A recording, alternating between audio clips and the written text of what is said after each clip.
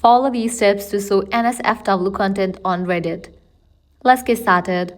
First, launch your preferred browser. Now in the search box type in Reddit login and then search for it. You'll be directed to the official website of it. Now click on login and provide your Reddit account's credentials and log in to your account.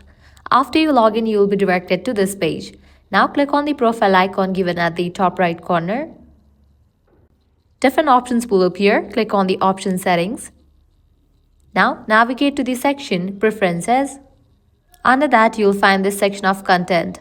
Under that, you'll find the option of Show Mature Content. I'm over 18. Enable for this option. Likewise, you can customize other settings, blur, mature, image, and media, show recommendation in home feed. You can customize these settings according to your choice, but make sure you enable for the option Show Mature Content.